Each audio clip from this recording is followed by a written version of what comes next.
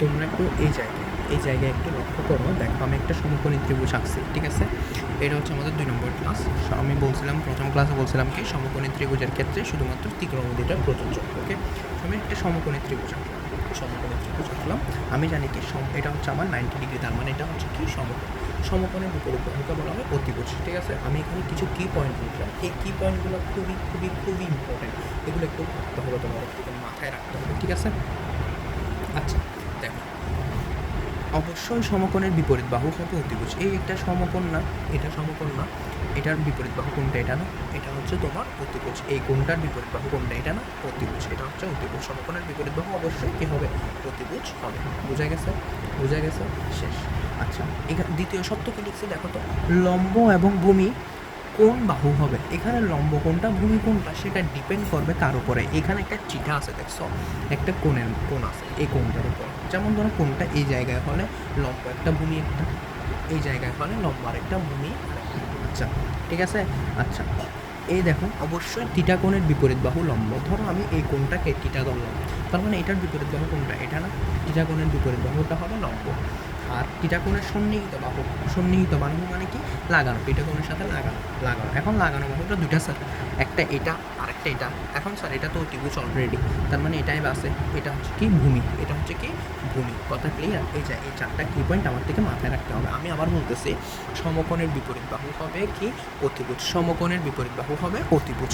লম্ব এবং ভূমি কোনটা হবে সেটার উপর ডিপেন্ড করবে, কোন কিসের উপর? থিটা কোণের উপর। আচ্ছা, অবশ্যই থিটা কোণের বিপরীত বাহু হবে লম্ব, থিটা কোণের বিপরীত বাহু লম্ব, আর থিটা কোণের সন্নিহিত বাহু হবে ভূমি। স্যার এটা কেন ভূমি হবে? স্যার অলরেডি এটা সমকোণের বিপরীত বাহু, তাই অতিভুজ হয়ে গেছে, তাই এটাই হবে আমার কি? ভূমি। কথা ক্লিয়ার? শেষ। আচ্ছা, বোঝা গেল? এবার তোমরা একটু এই দুটো চিত্রের মধ্যে একটু লক্ষ্য করো। চিত্র 1, চিত্র 2। দেখো তো আমার প্রথমে টিটাটা কোন জায়গায় আছে? টিটাটা আছে প্রথমে এই জায়গায়, তাই না? আমি এই জায়গায় টিটা আছে, ঠিক আছে? এই জায়গায় টিটা থাকলে আমরা এটা হচ্ছে তোমার কি? 90 ডিগ্রি। 90 ডিগ্রির বিপরীত বাহুটা কি? অবশ্যই অতিভুজ। স্যার এটার অতিভুজ হয়ে গেছে। আচ্ছা, গেল। এখন টিটা কোণের বিপরীত বাহু তো লম্ব স্যার, এই যে লম্ব। আর টিটা কোণের সন্নিহিত বাহু স্যার ভূমি। শেষ। এবার মনে করো আমার টিটাটা এই জায়গা থেকে শিফট করে এই জায়গায় চলে আসলো। কোথায় আসলো? এই জায়গায় আসলে স্যার আমি তো জানি স্যার সমকোণের বিপরীত বাহু অতিভুজটা অতিভুজ রয়ে গেছে। স্যার এখন যদি টিটা কোণটা, স্যার টিটা কোণ এই জায়গায় আসছে, টিটা কোণের বিপরীত বাহু হবে এটা। তার মানে আমরা করছিলাম কি? টিটা কোণের বিপরীত বাহু কি? লম্ব, তাই না? লম্ব হচ্ছে এটা। আর সন্নিহিত বাহু হবে কি? ভূমি। এই যে ভূমি, ঠিক আছে? আচ্ছা, গেল। আচ্ছা, এখন এই দুইটা চিত্র দেখো, এটা হচ্ছে চিত্র 1, এটা চিত্র 2। এখন তো এটা হচ্ছে তোমাদের অ্যাসাইনমেন্ট, এটা তোমাদের অ্যাসাইনমেন্ট। তোমরা মানে তোমরা পারছো না কি পারছো না সেটা আমাকে জানাবো, ঠিক আছে? মানে তোমরা কি অতিভুজ, তারপর ভূমি, তারপর কি লম্ব, এগুলো তোমরা কি চিনতে পারতেছো নাকি পারতেছো না, ওইটা আমাকে জানাতে হবে, ঠিক আছে? কীভাবে জানাবা আমাকে? যদি না পারো তাহলে অবশ্যই আমাকে হোয়াটসঅ্যাপের মাধ্যমে জানাবো, ঠিক আছে? আচ্ছা, তার মানে আমার শুধু কি চেঞ্জ হয়েছে? সমকোণটা এদিকে এ পাশে চলে আসছে আর কি, সমকোণটা এ পাশে চলে আসছে, টিটাটা এদিকে পাশে চলে আসছে। আমরা মাথায় রাখবো কি? শুধু সমকোণের বিপরীত বাহুটা হচ্ছে অতিভুজ, আর আমার টিটা কোণের বিপরীত বাহু হচ্ছে লম্ব, আর টিটা কোণের সন্নিহিত বাহু যেটা আছে ওটা হবে ভূমি। কথা ক্লিয়ার? আচ্ছা, আচ্ছা, এখন একটু এই সাইডে তাকাও। আমরা এখন মান নির্ণয়ের সূত্র শিখব। আচ্ছা, আমি হেডিং দিলাম হচ্ছে মান নির্ণয়। আচ্ছা, তোমরা দেখতেছো কি না তো আমি জানি না, আসলে আমার পেন্সিল দিয়ে লিখতে একটু ভালো লাগে, ওই জন্য আমি পেন্সিল দিয়ে লেখা শুরু করছি। তোমরা অলরেডি জানো সেটা। আচ্ছা, মান নির্ণয় কি? মান নির্ণয়ের সূত্র। আমরা মান নির্ণয় কেমনে করবো, এটা সূত্র। আমি প্রথম থেকে বলে আসতেছি কি, শুধুমাত্র সমকোণী ত্রিভুজের ক্ষেত্রে খাটবে। সমকোণী ত্রিভুজের ক্ষেত্রে কি খাটবে? আমার ত্রিকোণমিতিটা খাটবে। ধরো এই জায়গায় আমার থিটা কোণটা আছে, এই জায়গায় থিটা কোণটা আছে, অনেক তো এই জায়গায় ধরলাম। এখন এই জায়গায় ধরে একটু, এই জায়গায় থিটা কোণটা আছে, ঠিক আছে? আমি এটাকে এ ধরলাম, এটাকে ধরলাম বি, এটাকে ধরলাম সি। এটা হচ্ছে আমার সমকোণ। আমরা জানি কি সমকোণের বিপরীত বাহুটা কি? অতিভুজ। তার মানে আমার এটা অতিভুজ, ঠিক আছে? এটা হচ্ছে অতিভুজ। আর এটা হচ্ছে কি? থিটা কোণ না? থিটা কোণের বিপরীত বাহু, থিটা কোণের বিপরীত বাহুকে বলা হয় কি? লম্ব। আর এটা হচ্ছে সন্নিহিত বাহু, সেজন্য এটা কি? ভূমি। আচ্ছা, এটা আমি কি বলছি? ভূমি বা সন্নিহিত বাহু, তাই না? তো আমি এটাকে চাইলে কি লিখতে পারি? সন্নিহিত বাহুও লিখতে পারি, সন্নিহিত বাহু। আর লম্ব যেহেতু বিপরীত বাহু, সেটাকে আমি লম্বকে কি বলতে পারি? সেজন্য বিপরীত বাহু বলতে পারি, বিপরীত বাহু, ঠিক আছে, বিপরীত বাহু কী করতে পারি, বলতে পারি। আচ্ছা, এবার আমরা মান নির্ণয়ের একটু দেখব। এটা তো বোঝা গেছে না? আচ্ছা, এবার একটু দেখি। আচ্ছা, এবার একটু এই জায়গায় একটু লক্ষ্য করো। আমি লিখলাম কি সাইন থিটা সমান লম্ব বাই অতিভুজ, এটা আমার সূত্র। কথা বুঝছো? ধরো থিটাটা এই জায়গায় আছে, এটা লম্ব, এটা অতিভুজ, এটা কি ভূমি, ঠিক আছে। আচ্ছা, তো সাইন থিটা সমান কি হবে, লম্ব বাই অতিভুজ। আচ্ছা, লম্বকে আমরা বলছিলাম কি বিপরীত বাহু, সেজন্য, আর অতিভুজ তো অতিভুজে, আর ভূমিকে বলছিলাম সন্নিহিত বাহু, সেজন্য কস থিটা সমান ভূমি বাই অতিভুজ।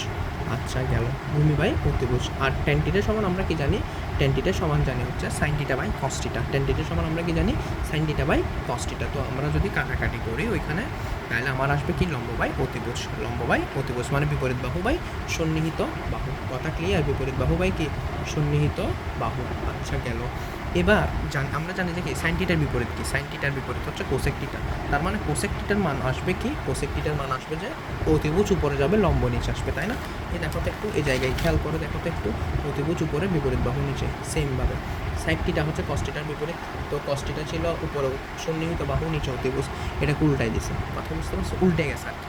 আচ্ছা, কট থিটা পাইছিলাম কি বিপরীত বাহু বাই সন্নিহিত বাহু, কিন্তু এখানে ট্যান থিটা পাইছিলাম বিপরীত বাহু বাই সন্নিহিত বাহু, এখানে কট থিটা পাইছি কি সন্নিহিত বাহু বাই বিপরীত বাহু।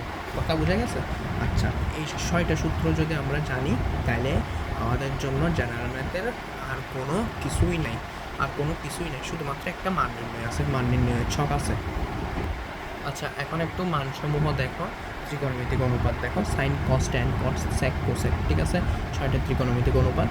আচ্ছা, সাইন যখন 0 ডিগ্রি তখন সাইন থিটার মান হচ্ছে, সাইন 0 ডিগ্রি মান হচ্ছে 0, আর সাইন 30 ডিগ্রি মান হচ্ছে হাফ, সাইন 45 ডিগ্রির মান হচ্ছে 1/√2, সাইন 60 ডিগ্রির মান √3/2, সাইন 90 ডিগ্রির মান 1। এটা চারটা আমাদের থেকে মুখস্থ থাকতে হবে। মুখস্থ থাকলে কী হবে, আমরা ম্যাথ করতে অনেক সুযোগ সুবিধা পাবো, কম টাইমের মধ্যে আমরা ম্যাথটা করে ফেলতে পারবো, ঠিক আছে। আচ্ছা, সেক থিটা আছে। আচ্ছা, এর আগে কস থিটা আছে, কস থিটা হচ্ছে 1, 0 ডিগ্রির মান হচ্ছে 1। দেখো এখানে 90 ডিগ্রিতে যেটা আছে এটা এখানে 0 ডিগ্রিতে আছে, এখানে 60 ডিগ্রিতে যেটা এটা 30 ডিগ্রিতে, এটা মিল আছে 45 ডিগ্রি, এটা এখানে গেছে, এটা এখানে গেছে। আমরা শিখবো কীভাবে, আমরা শিখবো একটু ট্রিক্স লাগবে, আমরা একটু মানে কি বুদ্ধি কাটায় শিখতে হবে, আমাদের থেকে পড়াগুলো করতে হবে বুদ্ধি কাটায়। কথা বুঝছো? আচ্ছা, এবার দেখো ট্যান থিটার সমান আমরা কি জানি, ট্যান থিটার সমান জানি যে হচ্ছে sine theta by cos theta. তো মান বসাইলে সাইন থিটার মান হচ্ছে 0, উপরে 0 নিচে 1, মনে ভাবো তোমরা, উপরে 0 নিচে 1 যদি হয় তাহলে 0। কট থিটা কি, কট থিটা হচ্ছে cos theta by sine theta, 1/0। মনে রাখবা কোনো কিছুকে যদি আমি 0 দিয়ে ভাগ করি তাহলে এটার মান আসবে, তুমি ক্যালকুলেটর করে দেখবা ম্যাথ এরর আসবে, ম্যাথ এরর মানে হচ্ছে অসংজ্ঞায়িত। কথা বুঝছো?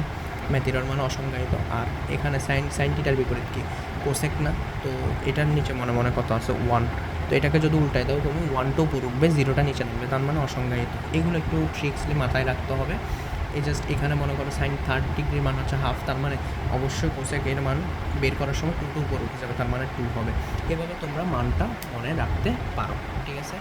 আচ্ছা, তাহলে এই ক্লাসটা শেষ। নেক্সট ক্লাসটা হবে তোমার কিসের উপরে, higher math, mainly higher math. এই দুটো ভিডিও অবশ্যই হায়ার ম্যাথের জন্য লাগবে, জেনারেল ম্যাথের জন্যও লাগবে এই দুটো ভিডিও। নেক্সট যে পার্টটা আসবে ওটা অনলি হায়ার ম্যাথের জন্য, ঠিক আছে।